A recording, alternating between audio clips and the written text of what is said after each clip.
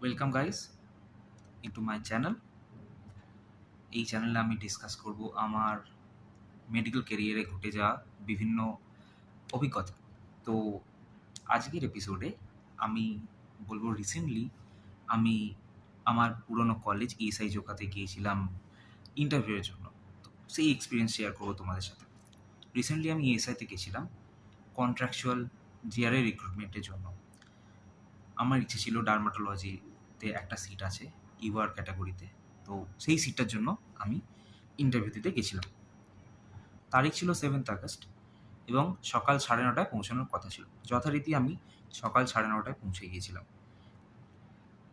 পৌঁছে গিয়ে দেখি আমার আগে অলরেডি 100 জন রয়েছে লাইনে এবং 9:30 থেকে ভেরিফিকেশান শুরু হওয়ার কথা ছিল, কিন্তু 11টাতেও ভেরিফিকেশান শুরু হয়নি।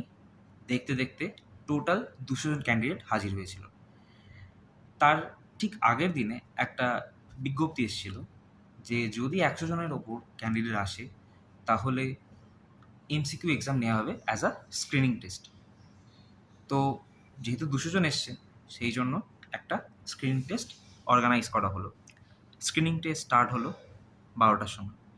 12টা থেকে 12টা 45 পর্যন্ত চললো। টোটাল 50 কোয়েশ্চেন্স ছিল এমসিকিউ। আফটার দ্যাট আমরা লাঞ্চ ব্রেকে চলে যাই। বলা হয়েছিল যে 2টো থেকে 2:30টার মধ্যে স্ক্রিনিং টেস্টের রেজাল্ট বেরিয়ে যাবে। আমরা তাড়াতাড়ি করে 2টোর মধ্যে লাঞ্চ সেরে আবার চলে আসি। 2টো, 2:30, 3টে হয়ে যায়, তাও তার রেজাল্ট বেরোয় না। শেষ পর্যন্ত 3:40-এর দিকে স্ক্রিনিংয়ের রেজাল্ট বেরোয়। টোটাল 99 ক্যান্ডিডেটকে বেছে নেওয়া হয়েছিল আউট অফ 200। আমার নাম এসেছিল 21 নম্বরে। যে র্যাঙ্ক 1 এসেছিল তার কারেক্ট ছিল 48, আমার কারেক্ট ছিল 44। তাহলে জাস্ট ভেবে দেখুন একবার, মাত্র 4টে কারেক্টের মধ্যে 20 জন ক্যান্ডিডেট রয়েছে। কতটা টাফ কম্পিটিশন। এরপরে আবার বলা হয় ডিপার্টমেন্ট ওয়াইজ ইন্টারভিউ নেওয়া। আমি যেহেতু ডার্মাটোলজি ডিপার্টমেন্টের জন্য এসেছিলাম, তো আমি সেই ডিপার্টমেন্টে ইন্টারভিউ দেব। তো তার ইন্টারভিউ স্টার্ট হয়েছিল অ্যারাউন্ড 5:30। তো আমার ইন্টারভিউ নিচ্ছিলেন ডার্মাটোলজি ডিপার্টমেন্টের এইচওডি।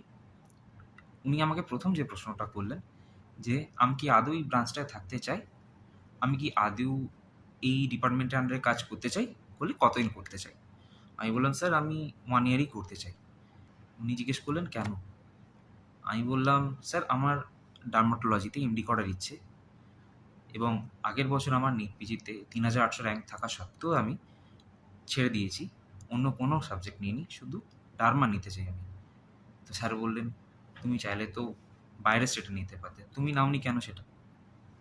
আমি বললাম স্যার আমার কাছে ক্লিয়ার কোনো আইডিয়া ছিল না, আর আমি বাইরের স্টেটে যেতে চাইনি।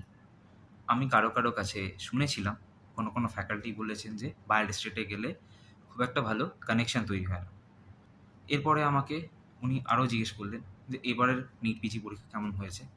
আমি বললাম স্যার এবারের কোশ্চেন পেপার দেখে আমি একটু ডাউটে রয়েছি, আমি কোনো রিকল দেখিনি। স্যার জিজ্ঞেস করলেন কেন দেখোনি রিকল। আমি বললাম স্যার আমার একটু ভয় লাগছে, যদি খারাপ হয় মন খারাপ হয়ে যাবে।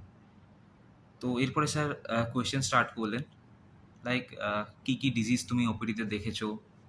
আমি বললাম স্যার টিনিয়া, স্কেবিস খুব কমনলি দেখেছি। উনি সেগুলো ড্রাগস জানতে চাইলেন, টিনিয়া ড্রাগস, স্কেবিসে কী কী ড্রাগস দেওয়া হয়। এর সাথে জিজ্ঞেস করলেন অ্যানাফাইল্যাক্সিসে কী কী ড্রাগস দেওয়া হয় এবং তার ইন্ডিকেশন, ডোজেস, এগুলো জিজ্ঞেস করলো। এর সাথে জিজ্ঞেস করলেন যে কী কী আমি প্রসিডিওর্স দেখেছি, আর এর সাথে জিজ্ঞেস করলেন আমি কোনো ড্রাগ রিয়াকশান দেখেছি কিনা ওয়ার্ডে। এইসব কোয়েশ্চেন জিজ্ঞেস করে উনি ছেড়ে দিলেন। এরপরে বাকি ডিপার্টমেন্টগুলোরও ইন্টারভিউ চলতে থাকলো এবং সব শেষে আমাদের ডিন স্যারের সাথে একটা ইন্টারভিউ ছিল। উনি কিছু ইন্টারাকশান করছিলেন আমাদের সাথে, উনি কিছু জাস্ট কোয়েশ্চেন্স জিজ্ঞেস করছিলেন রিগার্ডিং আমাদের কলেজ, কে কোন কলেজে পড়েছে, দ্যাটস অল। এইসব হয়ে যাওয়ার পর আমাদের ইন্টারভিউ অ্যারাউন্ড 6:30 শেষ হয়ে যায়। তো আজ যখন এই ভিডিওটা আমি রেকর্ড করছি, আজ তারিখ হচ্ছে 13 তারিখ, এখন অবধি রেজাল্ট আসেনি। তো দেখা যাক কী হয়, রেজাল্ট কবে আসে, এলো আমি সিলেক্টেড হই কি না ডার্মাটোলজির জন্য। হোপসো, যদি হয়ে যায় ভালো হয়। আশা করি আমার এই এক্সপিরিয়েন্সটা তোমাদের কাজে লাগবে যারা next year contractual junior resident হিসেবে ইএসআইতে জয়েন করতে চাও। দেখা হচ্ছে পরের ভিডিওতে আবার। নতুন কোনো এক্সপিরিয়েন্স নিয়ে আসবো। ততদিনের জন্য গুড বাই।